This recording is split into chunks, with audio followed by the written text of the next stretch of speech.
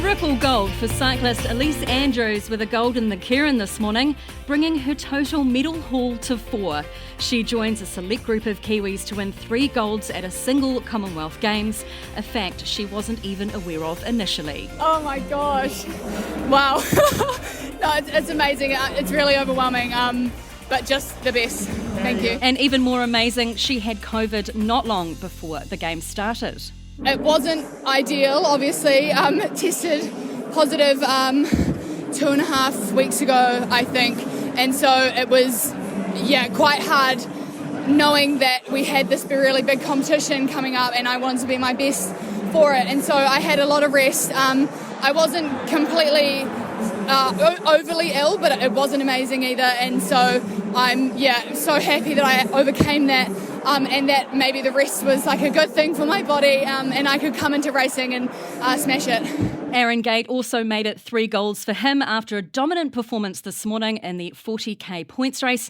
Campbell Stewart claimed silver. Here's what Aaron Gate had to say after his win. Lisa's performance was some good inspiration just before we went out there. It was pretty cool to be warming up and see her ride like that. So, it was cool to be able to finish it off too. It was also a silver for Michaela Drummond in the women's 10k scratch race.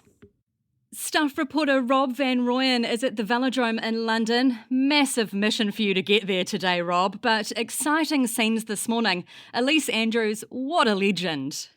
Yeah, it's been a full-on day here. I mean, it was quickfire gold for Elise Andrews, and she became the 4th New Zealander in history to, with that gold in the Keirin, to win 3 medals at the Commonwealth Games. But that quickly became 5 New Zealanders when Aaron Gate won gold shortly afterwards in the 40 kilometre points race. So the New Zealand anthem was belted out twice in quick succession. Nice. And how's Bryony Botha going after what happened in the scratch race? Well, it took a while to sort of get any word. Even Michaela Drummond, who ended up getting silver for New Zealand in that race, which was a fine effort after the restart.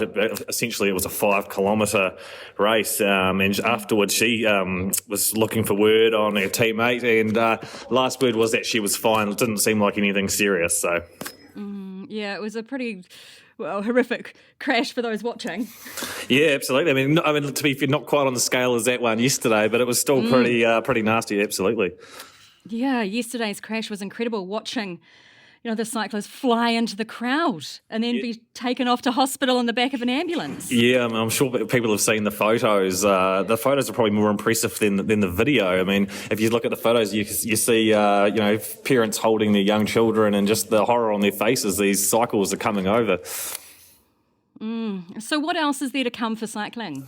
That's cycling done on the track anyway. There's obviously the road stuff and there's also the mountain biking disciplines, but that's it on the track. So London is officially done with the Birmingham Commonwealth Games. They're packing up as I speak. I'm in the media centre. I'm going to tap out some stories before I get the train back to Birmingham.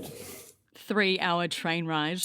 Yeah, I think it's about a 40-minute Uber from the Euston Station to get to here, and it should be a bit quicker back. It's actually not that far, but just traffic. So it won't be too bad getting back to the train station, but then it's another 2 hours from there. So you're looking at roughly 3 hours. Oh, travel safely. Yesterday, 17-year-old sensation paraswimmer Josh Wilmer swaggered into the spotlight, claiming gold in the 100-metre SB8 breaststroke final. He told us how he got in the mood for that epic gold medal finish. Nothing really, I was quite nervous for that race actually. So, but I don't know, I was just pumped up, chucked on some Metallica, just jammed out for like a couple minutes and then got in the zone, or get the crowd going, get me in the zone. Roving reporter and resident music buff Ian Anderson. I approve of Wilmer's choice of hype music, but what would be your hype song? Well, that's a fine question. Not probably the same material as young Josh. I was going to suggest "Oh Superman" by Royen and Anderson, but that's kind of cynical. I think I've got 3 probably that I would play to bang my head before something like a Commonwealth Games swim final. "Can't Hardly Wait" by The Replacements, "Barbed Wire Love" by Stiff Little Fingers, and "Stay Beautiful" by the Manic Street Preachers. That'd be the Spotify playlist. Oh, good choices. You've also been out doing some field research for us. Any more signs of ghost chips and skinny sausages after yesterday's discussion? I have been doing my best the last couple of days here at the Aquatic Centre. Possibly an unfair representation, that tweet. Might have been a filter on the photo. The chips are actually better cooked than what that suggested, and there's a fairly good amount, and they come very quickly as well too. I've had many worse chips than those, but however, I have not been bold enough to go down the long skinny sausage route, so to speak.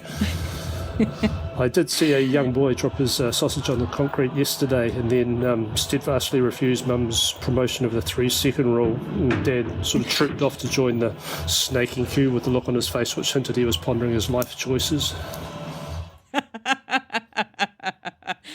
Have you tried anything else other than chips? I think the problem here is with inside the media centre it's not too bad, but to paraphrase Scottish comedian Frankie Boyle, the forbidden fruit in the UK is fruit. I'd trade my firstborn son for a crisp apple right now. Oh, your poor firstborn son.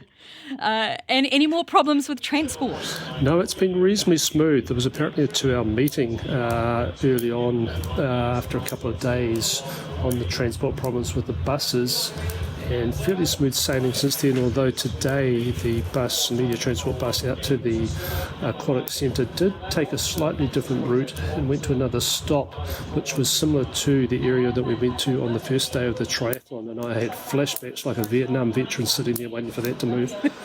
Oh dear. And where are you going to be over the next couple of days? I'm hoping to go to the squash tomorrow. Both Paul Cole and Joelle King moved into the semi-finals today, so they have those last 4 matches tomorrow. That will be there, and then hopefully back to the pool the following night for Lewis Klebert in the 200 IM. Fantastic. Well, enjoy. Here's what else made headlines overnight. In bowls, the women's fours were just pipped at the post in their semi-final against India and will play Fiji for the bronze. Boxer Alex Makuka progressed into men's featherweight quarterfinals. In the 3-on-3 basketball, the New Zealand men lost 21-18 to Canada in the quarterfinals. And in weightlifting, Cameron McTaggart finished 6th in the men's 81kg category, and Emma McIntyre finished 5th in women's 64kg category. Hey, producer Jono. Good morning, Zoe. How are you? Good morning. Good. Another exciting day with gold medals for us. So it turns out no one likes parking tickets, and there's tickets galore for Birmingham residents. Tell us more. Yeah, Ian and Rob may have their own issues with buses and trains and Ubers and who knows what else, but if you're living in Birmingham right now or trying to get around in a car, it's proving to be a very expensive exercise because parking tickets are being dished out like gold medals to the New Zealand cycling team. Everybody's getting one. So there's about 200 roads in Birmingham that have some kind of parking or access restriction at the moment around all the venues. That's a huge number of roads in really busy areas and areas where lots of people are trying to get to see the action.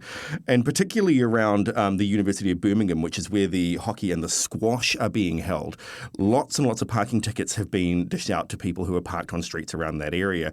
They're £50 tickets. That's 96 New Zealand dollars. And everyone's saying this is actually just ridiculous. The transport's not good enough. People are having to drive to get to the events and, they're getting absolutely stung for it. There are actually free buses included in people's tickets to the events. But given what we know Ian and Rob have been going through, perhaps the bus transport isn't that great.